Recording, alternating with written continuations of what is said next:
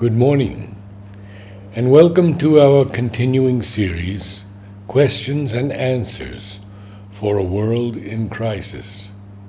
Today we begin a long series on the psychic being. Part 1. All answers are from the writings of Sri Aurobindo and the Mother. From Sri Aurobindo.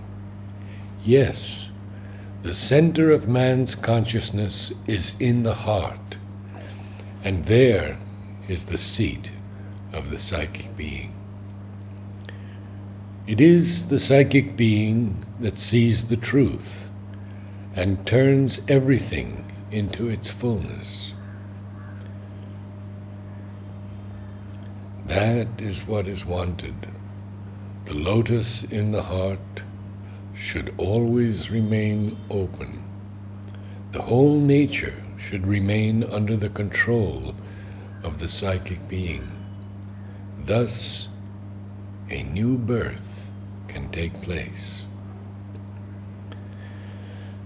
But man is not aware of the self or Jivatman.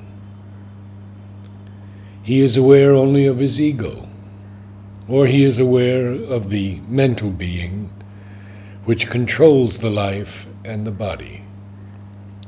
But more deeply, he becomes aware of his soul, or psychic being, as his true center, the Purusha in the heart. The psychic is the central being in the evolution. It proceeds from and represents the Jivatman, the eternal portion of the divine. The individual self is the central being, Jivatman, manifesting in the lower nature as the psychic being. It is directly a portion of the divine. The soul, representative of the central being, is a spark of the divine, supporting all individual existence in nature. The psychic being is a conscious form of that soul, growing in the evolution. When the inmost knowledge begins to come, we become aware of the psychic being within us, and it comes forward and leads the sadhana. We become aware also of the Jivatman, the individual self or spirit above the manifestation, of which the psychic is the representative here. The central being is that which is not born, does not evolve, but presides over all the individual manifestation. The psychic is its projection here, for the psychic being is in the evolution, and from within supports our whole evolution. It receives the essence of all experience, and by that develops the personality Godward.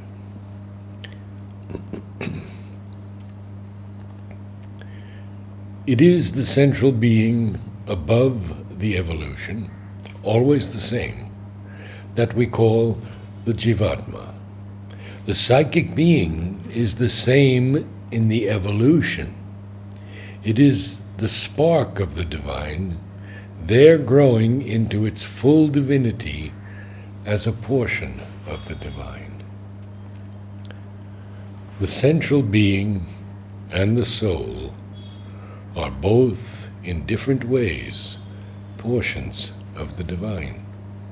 They are, in fact, two aspects of the same entity, but one is unevolving above nature, the other evolves a psychic being in nature. The phrase central being in our yoga is usually applied to the portion of the divine in us which supports all the rest and survives through death and birth. This central being has two forms. Above, it is the Jivatman, our true being, of which we become aware when the higher self-knowledge comes. Below, it is the psychic being which stands behind mind, body, and life. The Jivatman is above the manifestation in life and presides over it. The psychic being stands behind the manifestation in life and supports it.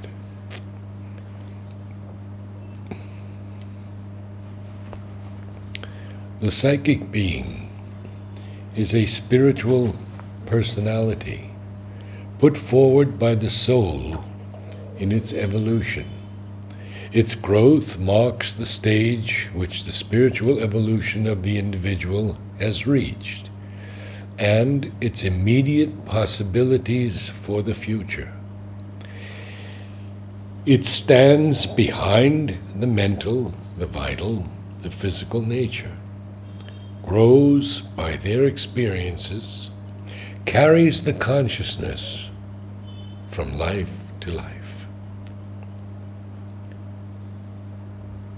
It is the psychic person, Chaitya Purusha. At first, it is veiled by the mental, vital, and physical parts, limited by them in its self-expression, by their limitations, bound to the reactions of nature. But as it grows, it becomes capable of coming forward and dominating the mind, life, and body. In the ordinary man, it still depends on them for expression, and is not able to take them up and freely use them. The life of the being is animal and human, not divine.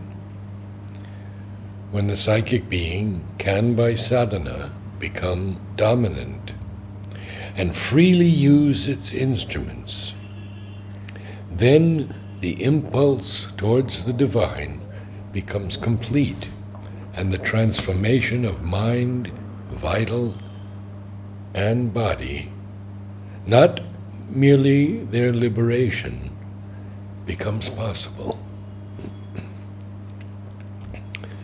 As the self or Atman is free and superior to birth and death, the experience of the Jivatman and its unity with the Supreme or Universal Self is sufficient to bring the sense of liberation.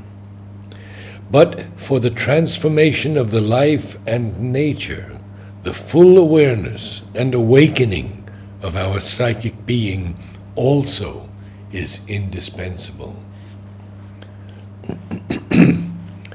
The psychic being realizes at this stage its oneness with the true being, the self. But it does not disappear or change into it.